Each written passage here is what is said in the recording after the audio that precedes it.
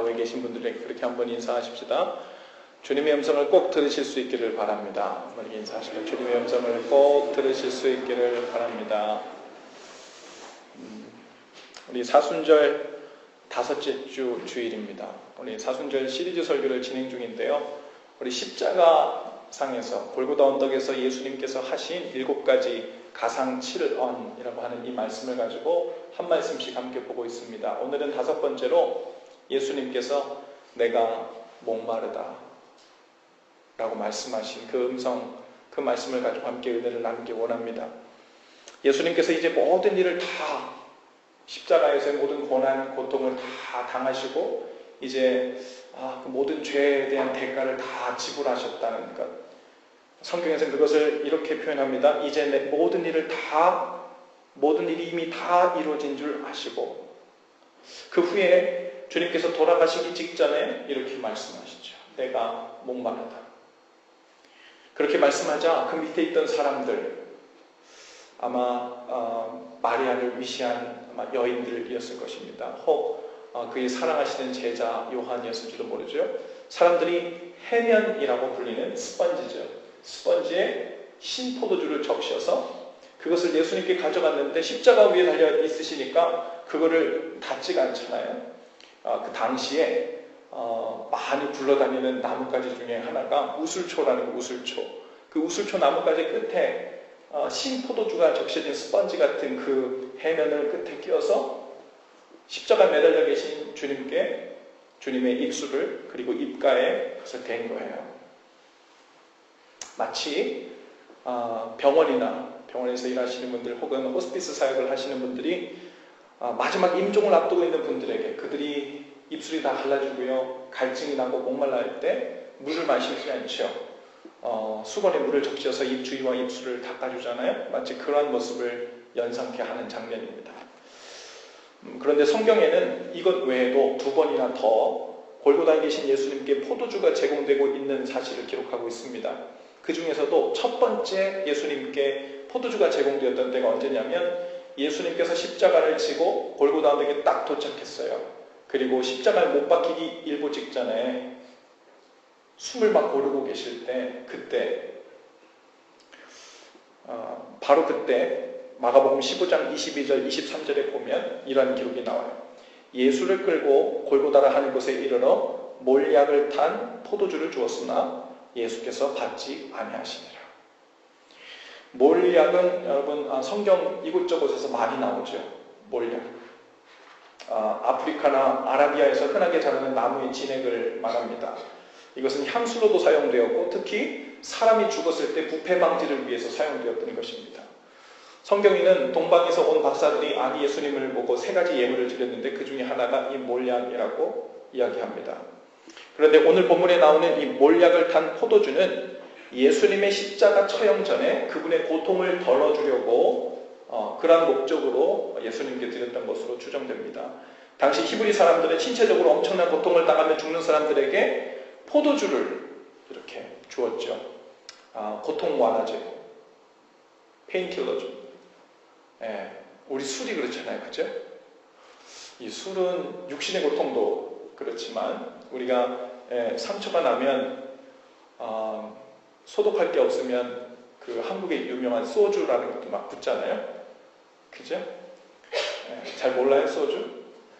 참 있을만 합니까? 그리고 또 사람이요 겉으로만 상처 난 게 아니라 내상도 입어요. 어떤 내상이냐면 마음이 너무 아파, 상처가 나서. 그러면 또 페인킬러로 술을 또 마시죠, 그죠? 그렇게 마시면 속에 있는 아픔이 아마 이게 진통제 역할을 하나 봐요. 그래서 속 아픈 거, 속상한 것도 이게 고통이 좀 줄어드나 봅니다. 아무튼 이 술, 이 포도주는 이 고통을 완화시켜주는 역할로 당시에 특별히 신체적으로 극심한 고통으로 죽어가는 사람들에게 그 페인킬러 역할로, 진통제 역할로 주었던 사례가 아주 많습니다. 그런데 그 포도주에 그냥 포도주가 아니라 몰약을 섞은 포도주라고 그랬어요. 이 몰약이라는 것이 그 포도주 안에 함께 들어가면요 독 역할, 포이즌, 독 역할을 한다는 거예요. 그래서 갈증을 해소시키기 위해서 신포도주를 주기도 했지만 그 독 역할을 하는 몰약을 함께 넣어서 먹으면요, 십자가에서 고통당하는 시간을 줄여서 빨리 죽으시도록, 그 십자가에서 매달려서 온갖 고난을, 피와 물을 다 쏟으면서 최대한 안 죽게 만들면서 고통을 다 당하게 하는 게 이 극심한 고통이 있는 것이 십자가형이거든요.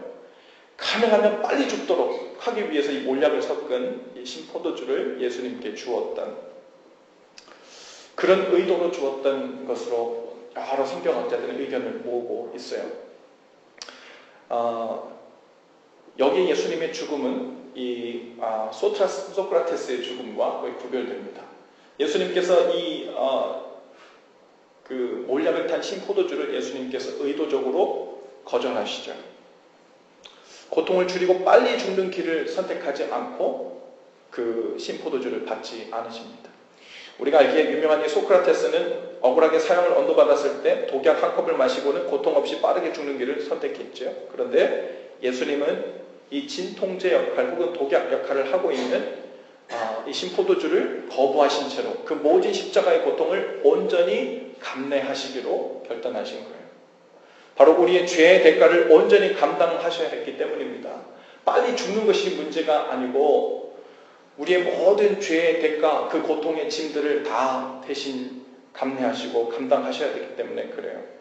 예수님께서 이렇게 고통을 당하신 것에는 우리에게 두 가지 의미를 전해주는데요. 하나는 인간의 죄에 대해서 하나님께서 감당하신 고통이 얼마나 엄청난 것이었는지를 우리에게 시사해주고요. 또 하나는 우리가 받은 구원은 값으로 계산할 정도로 너무너무 소중한 것이라는, 네 목숨 내 목숨 그냥 바꾼 것이 아니라, 그렇다면 예수님께서 그 모진 고난을 그 오랫동안 받으실 이유가 없죠.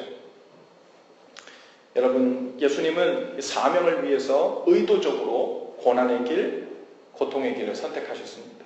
대부분의 사람들이 가기를 원치 않는 불편한 길, 고난의 길, 십자가의 길을 택하신 거예요.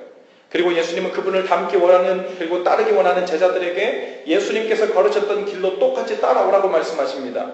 마태복음 16장 24절 말씀에 예수께서 제자들에게 이르시되 누구든지 나를 따라오려거든 자기를 부인하고 자기 십자가를 지고 나를 따를 것이니라 그랬어요. 여기서 자기를 부인한다는 말이 뭘까요? 자기를 부인한다는 어떤 자기예요? 편한 길을 가고 싶은 자기, 쉽게 살고 싶은 자기예요. 가능하면 고통과 고난을 피하고 싶은 자기예요. 하나님의 뜻과 상관없이 그렇게 쉽고 윤택하고 편한 길을 선택하고자 우리 안에서 본능적으로 움직이는 그 자기를 부인하고 주님을 따라서 고난의 길, 십자가의 길을 따라오라 우리에게 말씀하시는 겁니다. 아마도 예수님께서 십자가를 지고 골고다 언덕에 막 도착하셨을 때 예수님의 갈증이 대단했을 것입니다. 십자가를 지고 골고다 언덕까지 오시는 동안 엄청난 땀을 쏟아냈고 이미 피도 많이 흘리신 상태였을 거예요.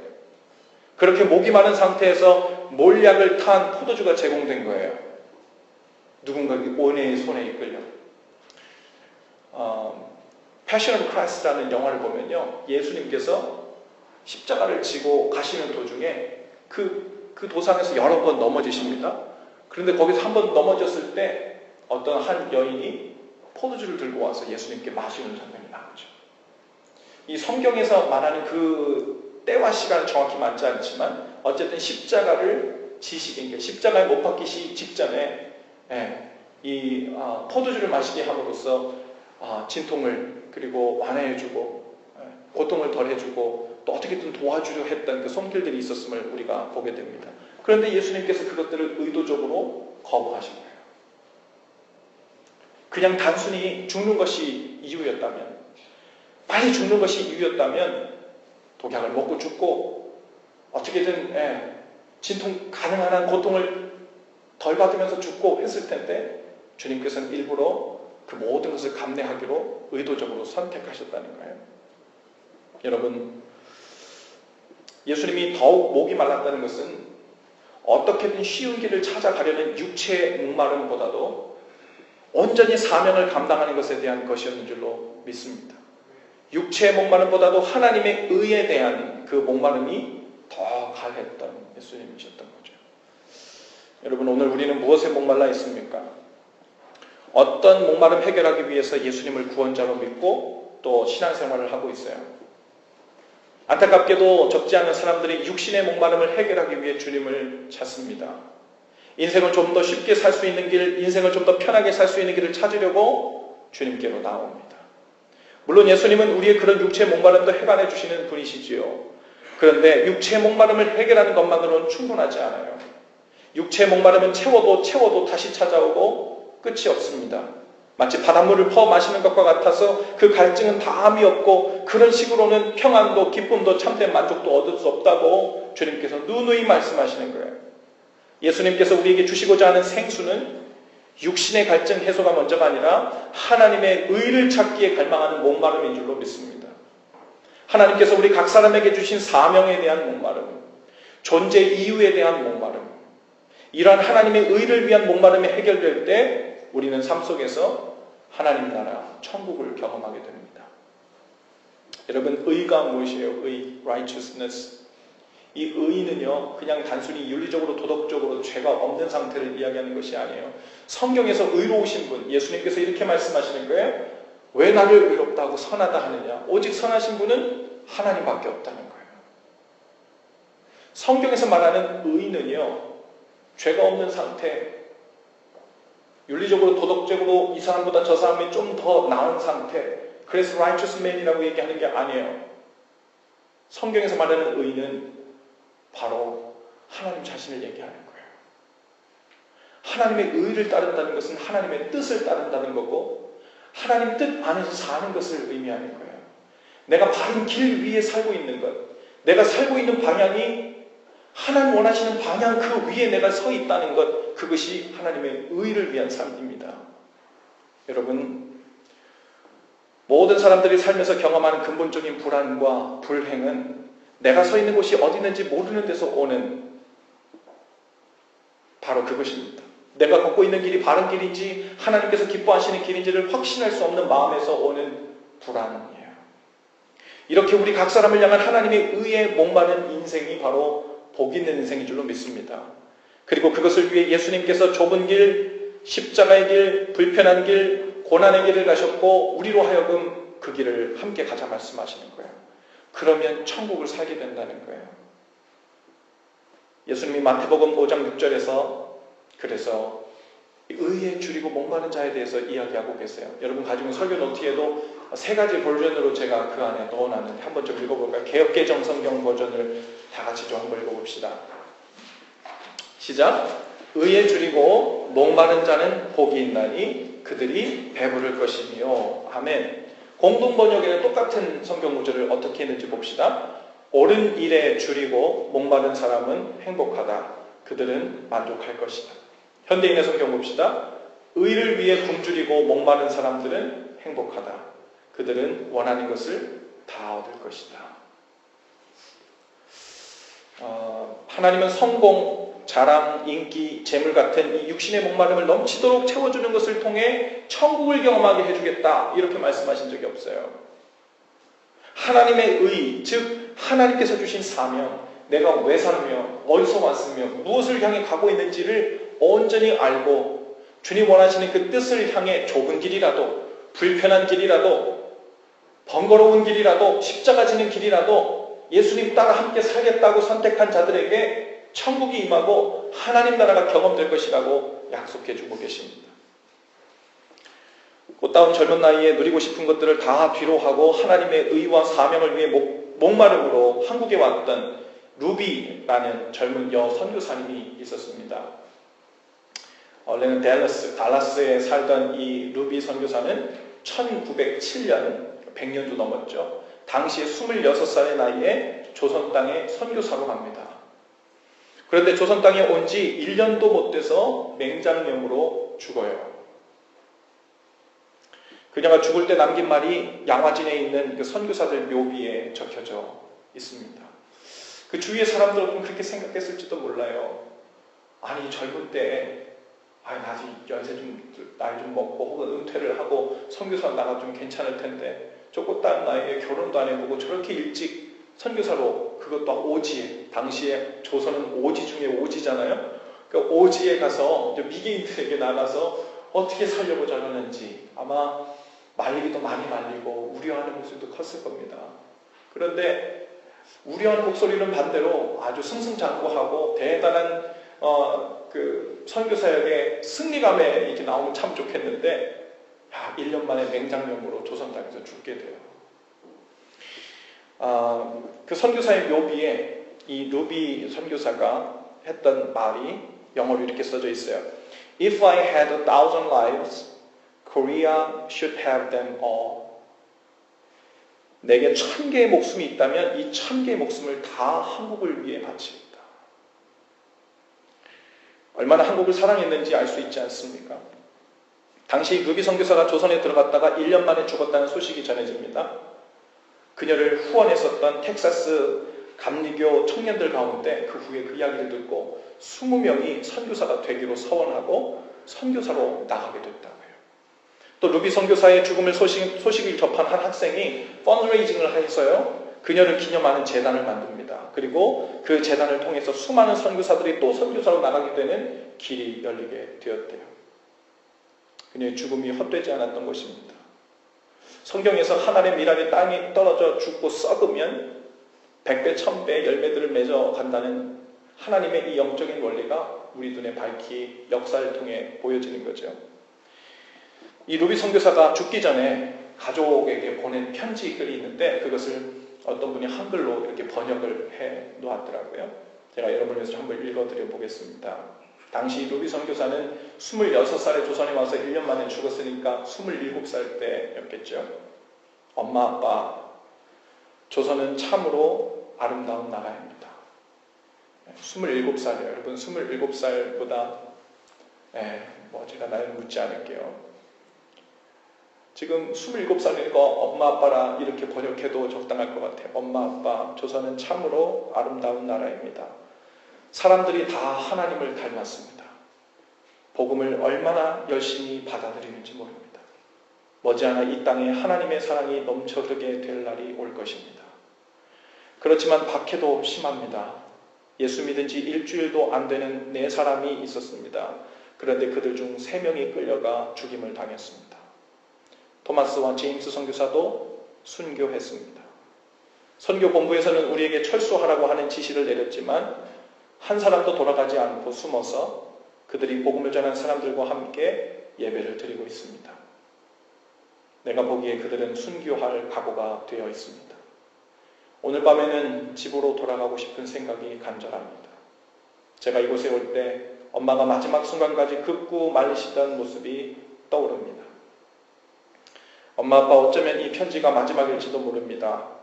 제가 떠나올 때 집 뒷마당에 심어놓은 씨들이 이제 꽃을 활짝 피웠겠지요. 이곳 조선에 뿌린 씨앗도 활짝 꽃을 피울 날이 올 것입니다. 그리고 그 씨가 언젠가는 다른 나라에도 심어지게 되겠지요. 엄마, 나의 마음을 이 조선 땅에 묻겠습니다. 조선에 대한 나의 열정은 하나님이 주신 것임을 깨닫습니다.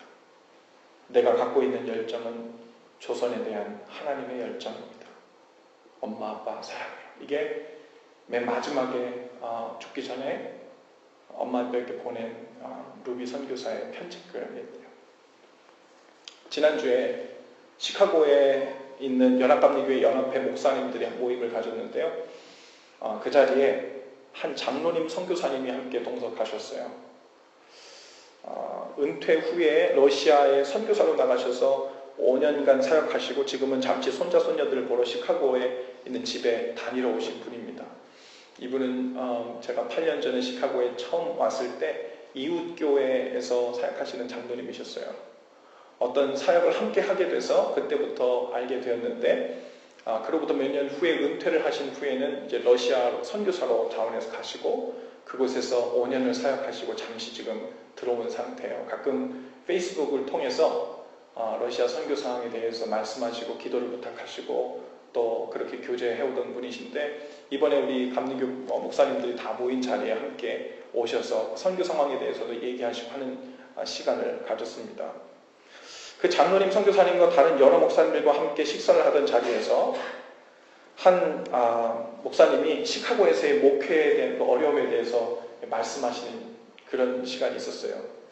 무엇에 관한 거냐면 요즘 시카고에 있는 교회 장로님들이 은퇴 후에 남쪽 따뜻한 주로 이주하시는 분들이 많아지고 있다는 이야기예요.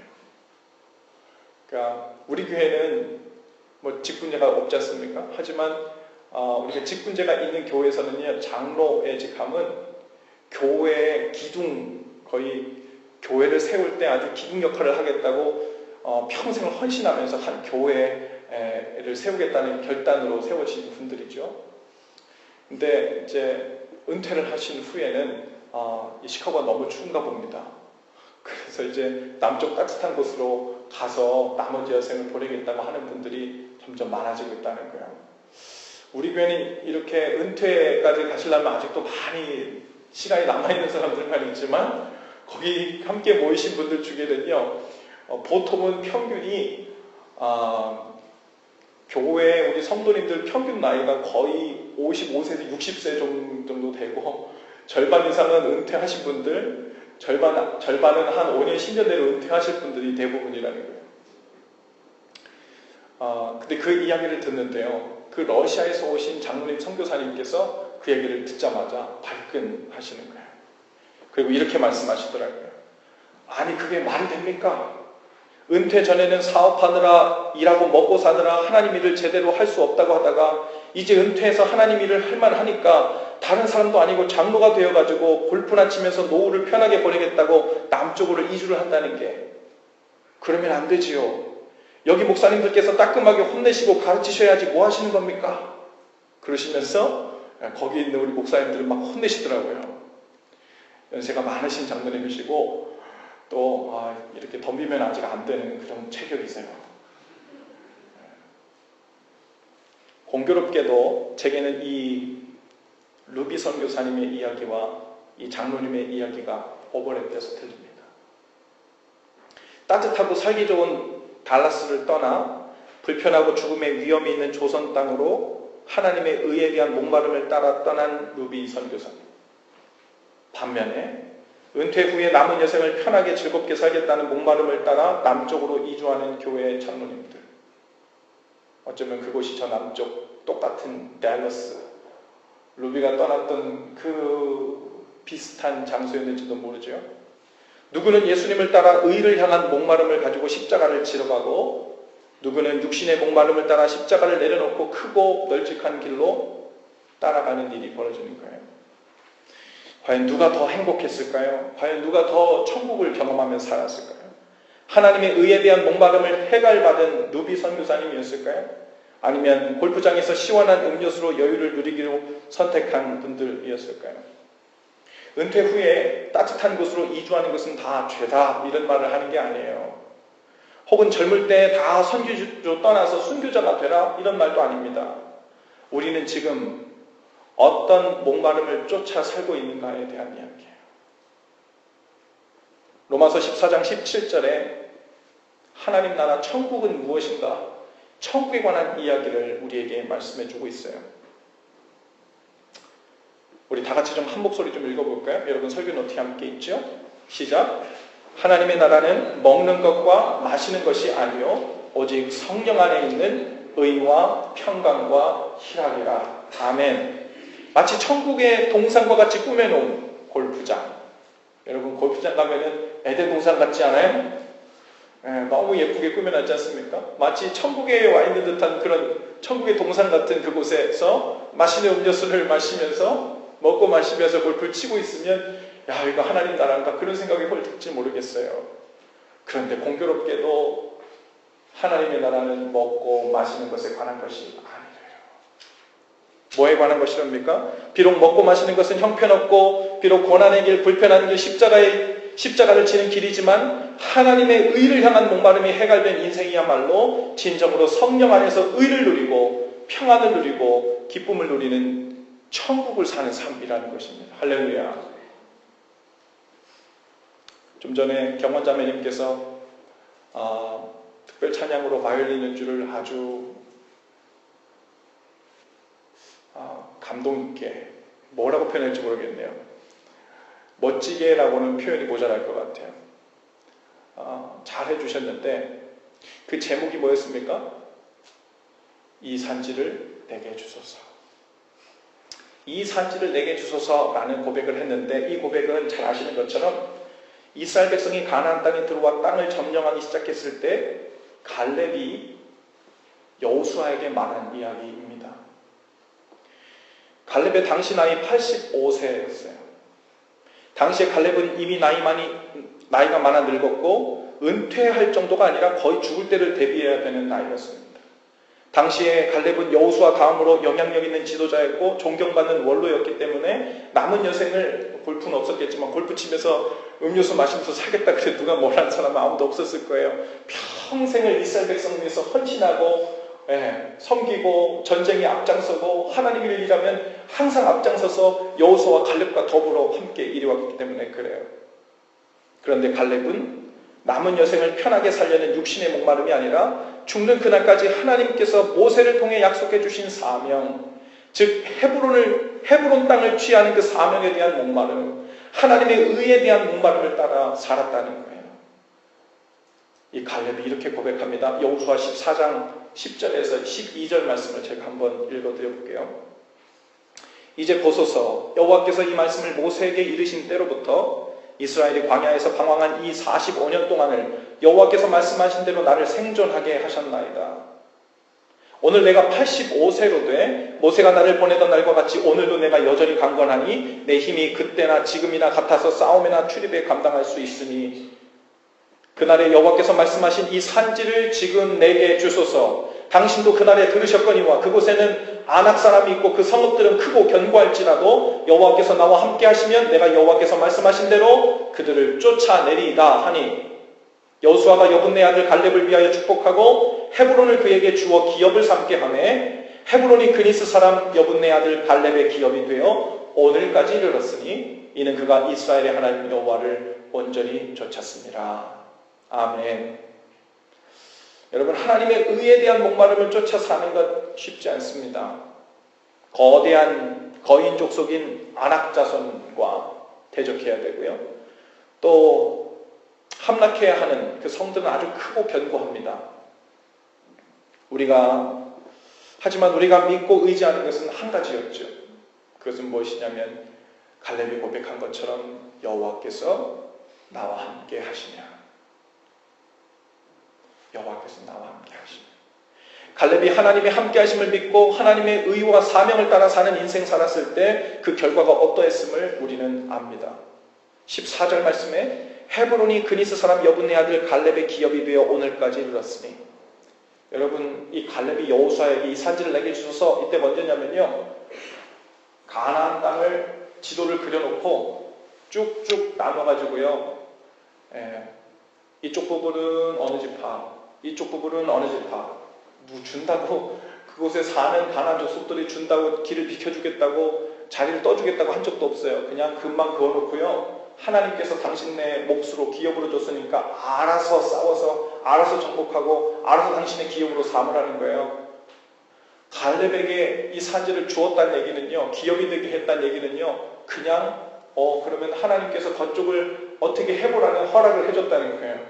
그때부터 그 갈렙이 앞장서서 그 헤브론 땅을 취합니다. 여호와께서 나와 함께 하시냐. 실제로 우리는 이 역사 속에서 그 갈렙의 기업이 된 헤브론을 봅니다. 그리고 그 상태로 오늘까지 이르렀으니 보라는 거예요. 그 증거가 하나님을 의지하며 살았던, 반항하며 살았던 이 믿음의 사람들의 증거가 오늘까지 어떻게 여실히 우리 눈앞에 보여지고 있는지 보라는 거예요. 이는 그가 이스라엘의 하나님 여호와를 온전히 쫓았습니다. 하나님을 온전히 쫓아가는 사람이라는 것은요, 하나님의 의에 목말라해서 그 의를 쫓아 사는 사람입니다.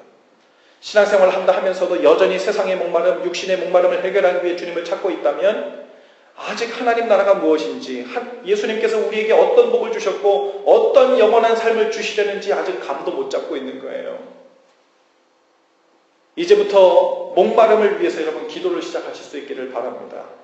하지만 육신의 목마름이 아니라 하나님의 의, 이 땅을 사는 사명을 위한 그 목마름을 위해서 기도하실 수 있기를 바랍니다. 그것이 우리에게 뭘 줘요? 내가 주님 앞에서 옳은 길, 바른 길 위에 서 있고 제대로 된 방향으로 살고 있구나 하는 성령 안에서의 의를 주시고, 그분 안에서 살고 있다는 평안을 주시고, 그분 안에서 가면 비록 안악자손들과 크고 견고한 성읍을 만나더라도 하나님께서 그 길을 예비하시고 대신 싸워주실 것이라는 기쁨을 우리에게 주실 거라는 거예요. 어떤 상황, 어떤 형편을 만나든 하나님의 그 의, 평안, 그리고 그 기쁨을 만끽하며 사는 삶이야말로 천국을 경험하며 사는, 구원만 받지 않고 그 구원 위에 풍성한 삶을 살고 있는 하나님의 자녀들의 증거라는 사실입니다.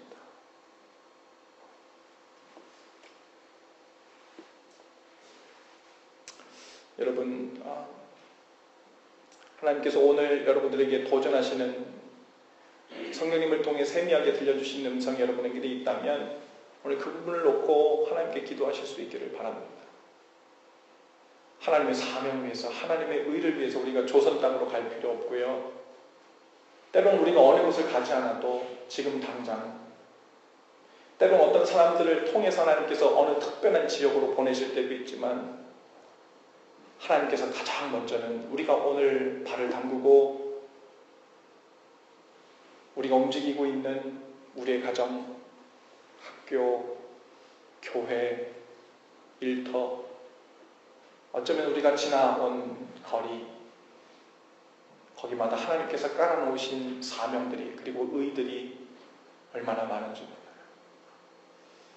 그것을 쫓아 사는 삶으로 우리의 삶의 방향을 조정하실 수 있기를 바랍니다. 그 안에서 누려지는, 내가 육신으로는 불편하고 번거롭고 고난의 길을 간다 해도 주님께서 주시는 그 길 가는 것 안에서 의와 평강과 기쁨을 누리며 사는 하늘에 속한 분들이 다 되실 수 있기를 바랍니다. 우리 옆뒤 좌우분들에게 그렇게 한번 인사하십시다. 하나님의 의를 따라 삽시다. 자리에서 우리 다 일어나셔서 우리 헌신 기도를 함께 하시겠습니다.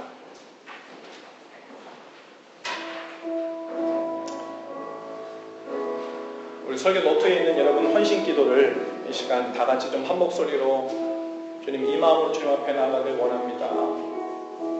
이것이 저희 고백입니다. 우리 한 목소리 좀 기도하며 나가십시다. 주님 감사합니다.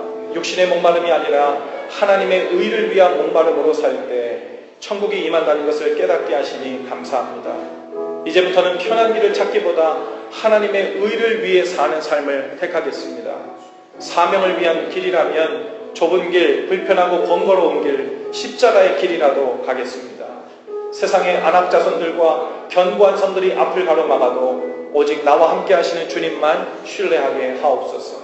제가 있는 가정, 학교, 일터, 교회에서 하나님의 의를 쫓아 사는 복을 주옵소서. 예수님의 이름으로 기도합니다.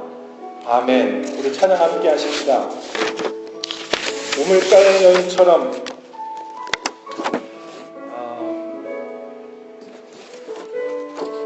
우리가 주님 앞에 나와서 정작 예수님을 만나 놓고서도 구하는 것을 보면 엉뚱한 것을 구하고 있을 때 있어요. 주님 제가 목말라요. 예수님 거기 우물 안에서 생수 좀 2바가지만 퍼주실래요? 제가 좀 바쁘거든요. 좀 도와주세요. 나 사는데 조금 도움이 될 거예요. 혹은 제가 이런 아픔 중에 왔는데요. 저 기도 좀 해주셔서 그 문제, 그 아픔 좀 해결해 주세요. 물론 중요합니다. 물론 주님께서도 그 부분을 작게 보시는 부분이 아니에요. 하지만 그것이 본질은 아니에요. 그 문제 해결된다고 우리 가운데 천국은 임하지 않아요. 조금 더 마시고 조금 더 편한 길을, 윤택한 길을 하나님께서 은혜로 주셨다고 해서 우리에게 천국이 임하는 게 아니에요. 오늘 우물가의 여인이 예수님을 만나놓고도 엉뚱한 것을 구하는 것처럼 우리가 주님 앞에 예수님을 그렇게 대하며 살아왔다면, 주님 이 시간 제 잔을 다시 듭니다. 다른 것 달라고, 진짜 영적인 생수를, 하나님의 의를 달라고 이 잔을 주님께 드립니다. 다 같이 좀 함께 고백하며 나가십시다. 우물가의 여인처럼 난 구했네.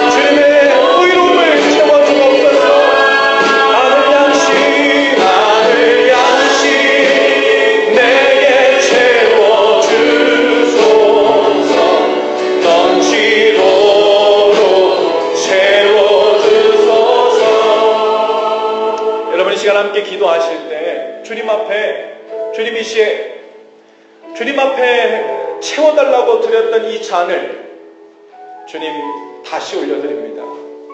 제가 정말 필요한 제 인생의 잔에 담겨져야 될 것은 바로 하나님의 의로움인 줄로 믿습니다.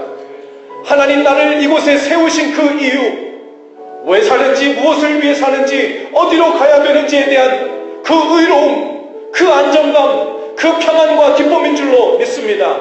하나님 지금까지 주님을 찾는다고 나의 구원자로 하나님을 사랑한다고 하면서도 엉뚱한 것으로 체험받기를 원했던 우리의 모습이 있었다면 주님 이 시간 다시 이 잔을 주님 앞에 올려드립니다. 이 빈잔 위에 하나님의 의로움을 채워주옵소서. 이 인생의 잔 위에 주님으로 채워주시옵소서. 예수님을 소유하기를 원하고 주님 안에서